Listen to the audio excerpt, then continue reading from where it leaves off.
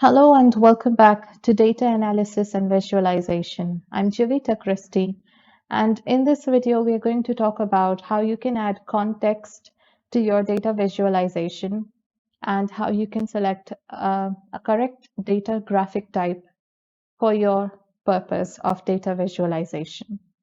So let's begin. First, you need to know when exactly you should add context to your data visualization. Adding context helps people understand the value and relative significance of the information your data visualization conveys. And adding context to calculating exacting data visualization styles helps to create a sense of relative perspective. So if you want to create this type of a sense of a relative perspective, then you would add context to your designs, to your visualizations.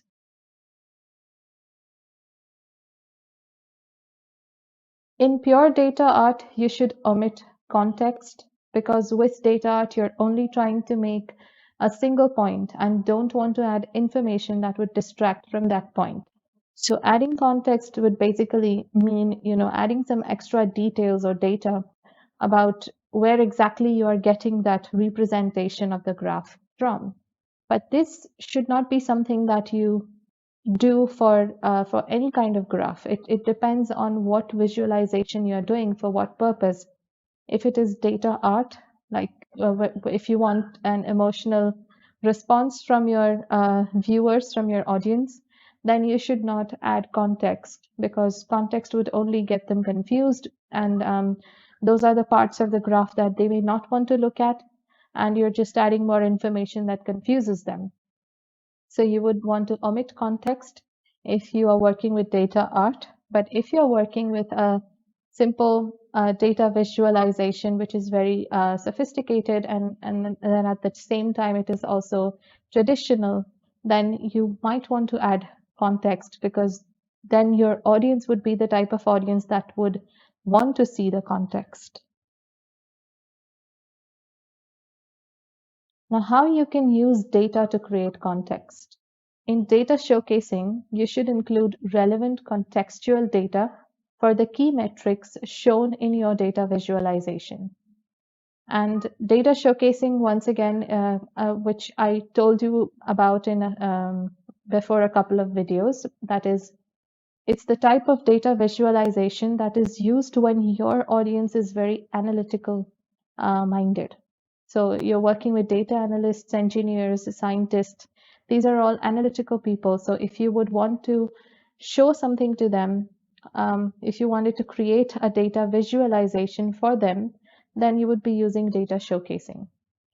And in that case, you should add context. And an example of this would be a situation where you're creating a data visualization that describes conversion rates for e-commerce sales. The key metric would be represented by the percentage of users that convert to customers by making a purchase. So when they make a purchase, they can in the previous couple of videos where I was talking about how to increase sales in e-commerce using data visualization, there we saw the whole funnel of how customer acquisition and retention works.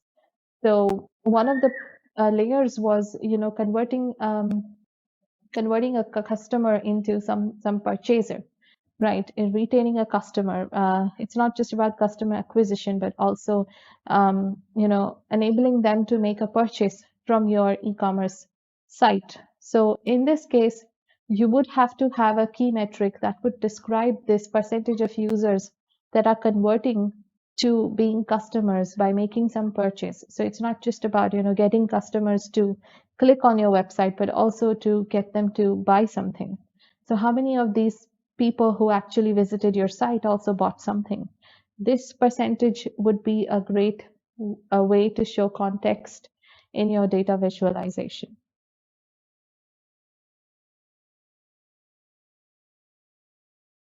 Contextual data that's relevant to this metric could include shopping cart abandonment rates. This is another very good contextual data. Shopping cart abandonment rate is something that, people are adding, say, 10 things to their shopping cart, but then they just leave your application and they don't make a purchase. That would be shopping cart abandonment rate. So what is wrong with it? Is it that the total amount, maybe there are so many taxes, or maybe the shipping charge is so much that after adding all these things, their total bill is so high that they really don't want to buy anything? Second is average number of sessions a user has before making a purchase. So for how long is the user using your website or application before making a purchase? Is he like opening it for 10 days in a row and then deciding whether or not to make a purchase? That would be another contextual data that you could add to your visualization. Then average number of pages visited before making a purchase. This is another good information. Or what pages are visited before a customer decides to convert. So what kinds of pages or products did the customer view before deciding that he or she wanted to buy that? And this sort of contextual information will help viewers understand the why and how behind sales conversions.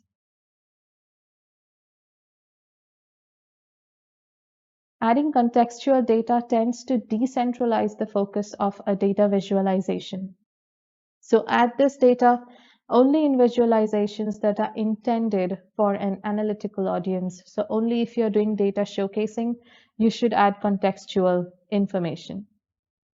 Those are the ones in a better position to assimilate the extra information and use it to draw their own conclusions. With other types of audiences, context will only be a distraction. So if you're trying to show this type of data in storytelling, imagine showing this type of data, how many people abandoned the cart and how many pages the person visited. All this data is pretty distracting if you're trying to work with audience that's not analytical minded. And only an analytical audience would appreciate the presence of such contextual data. So you should only add it if you're making a data visualization for people who are analytical minded. Now, how to create context with annotations. Sometimes you can more appropriately create context by including annotations that provide a header and small description of the context of the data. This method of creating context is most appropriate for data storytelling or data showcasing. Good annotation is helpful to both analytical and non-analytical audiences alike. So not just showing some percentage, but maybe putting some heading, like writing something in your data visualization, maybe a sentence or a few words that could help the audience to understand your visualization better. That's called annotation, and you could add context to your data visualization by using such annotations. And this would work for both storytelling, data storytelling, as well as data showcasing. You should, of course, omit that if you are actually producing data art. So if for artistic visualizations, we do not add context at all. Now, how you can use graphic elements to create context. Another awesome way to create context is a data visualization to include graphical elements that convey the relative significance of your data. Such graphical elements could be moving average trend lines, single value alerts, target trend lines, or predictive benchmarks. So a lot of times you might have seen graphics, where there is a line, but that's like, moving. So you're adding some animation, some motion to your graphics, and that could help with, adding context to your data. Now, how exactly you can do that? You can see it right here in this graphic. You can see how exactly using graphics we have added some context, and you will see that this particular graphic that you see here is related to occupations of US labor force, and it is from 1850 to 2000. And you can see how the graph itself shows something. As you can see, there's depression. So whenever that is the case, then we are also showing it in the graph itself. So when you look at it, you can understand how it is working. So you can see that, and how females are shown with a pink area and males are in the military are shown with a blue area. So it's a very good example of how graphics can be used to add context to your data visualization. This is another good example of for the same. And you can see here as well that there are graphics. There's a use of graphics. There's this line, yellow colored line that you see, which shows you 50,000 how sales are working. So this is about sales. And you can see that yellow line that's right there that adds meaning to your data. Now, the next thing is choosing the most appropriate data graphic type. So you know now whether or not to add context to your data visualization, and how to add context. Now we are going to see what could be the most appropriate data graphic type for your kind of visualization. Now your choice in data graphic type can make or break a data visualization, because you probably need to represent many different facets of your data. You can mix and match among the different graphical classes and types, because there are so many types of graphics and options available for you to choose from. That's why you might get confused and probably choose something that is not appropriate.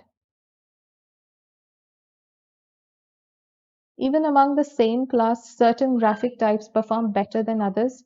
Therefore, create test representations to see which graphic type conveys the clearest and most obvious message. So you don't just want to choose one, you want to choose many and try them all out, and then find out which one of those is working the best for the type of visualization that you want to perform.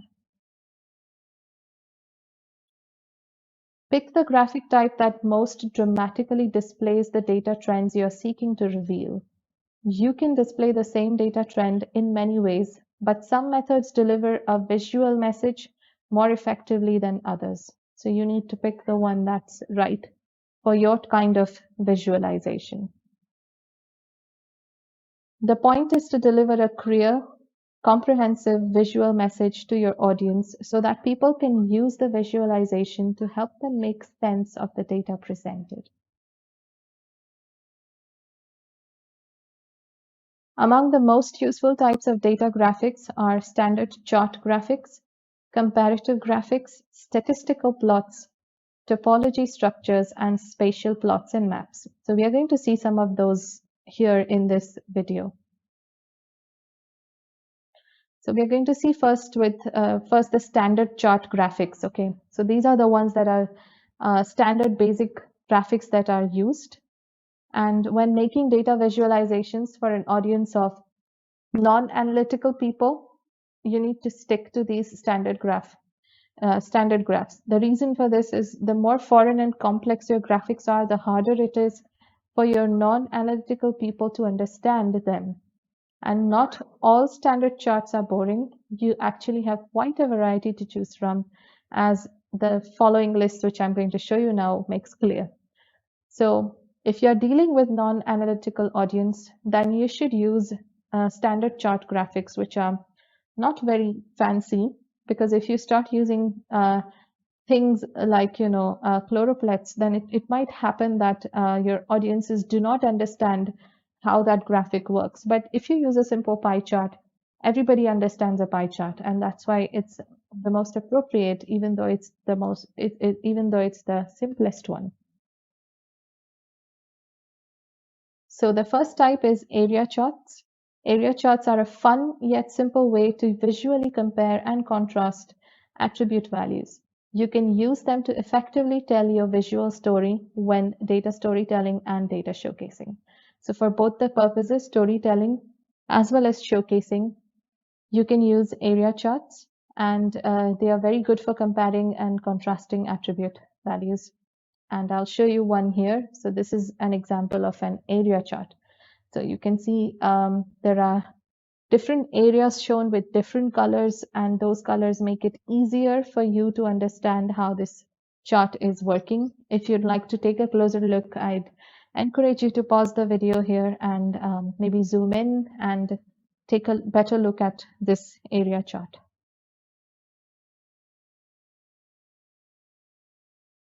The next we have are bar charts. Bar charts are a very simple way to visually compare and contrast values of parameters in the same category. And they are also best for data storytelling as well as showcasing. Here is a bar chart. This is what it looks like. You can see there's x-axis and y-axis. All the parameters are mentioned on x-axis. And you can compare all the parameters with each other by seeing these bars that are created. Next, we have line charts. Line charts most commonly show changes in time series data, but they can also plot relationships between 2 or even 3 parameters. And line charts are so versatile that you can use them in all data visualization design types. So they are versatile, can be used anywhere, and mostly they are used in plotting time series data. If you don't know what a time series is, you can watch the video on time series that I have created. You'll find it in the description box. So you can, using line charts, you can plot relationships between 2 or 3 parameters, and they are versatile, can be used in almost all kinds of visualizations. Here is an example of a line chart. You can see how it is created, and this is about total land area in Northeast states, and these are all the states and their land areas, and we are showing it through a line chart. The next is pie chart, which is a very simple and humble type of representation that practically everybody knows how to make and how to interpret. Pie chart graphics are among the most commonly used. They provide a simple way to compare values of parameters in the same category. Their simplicity, however, can be a double-edged sword. Deeply analytical people tend to scoff at them precisely because they seem so simple. So you may want to consider omitting them from data showcasing visualizations. So often pie charts, because they are so simple and humble, you don't really want to use them if you are showing a visualization for a deeply or highly analytical audience. Then you might want to use something more sophisticated. But if it's an audience where people are not really worried about how good it looks, but they really want to just see the data and understand it without going much into analysis, then you would use a pie chart. And I don't need to show you this, but I'll just go ahead and give you an example. This is a pie chart, and it's very simple to understand. You just have to look at all the colors mentioned here, and you'll know which part is showing what. And comparison is very simple. You just know that anything that covers larger area is more compared to anything that covers lesser area. So you can once again pause and take a look at it. And I'm going to end this video here, and in the next video, we'll see some more types of graphics that you can choose from. So I'll see you in the next video, and thank you for watching.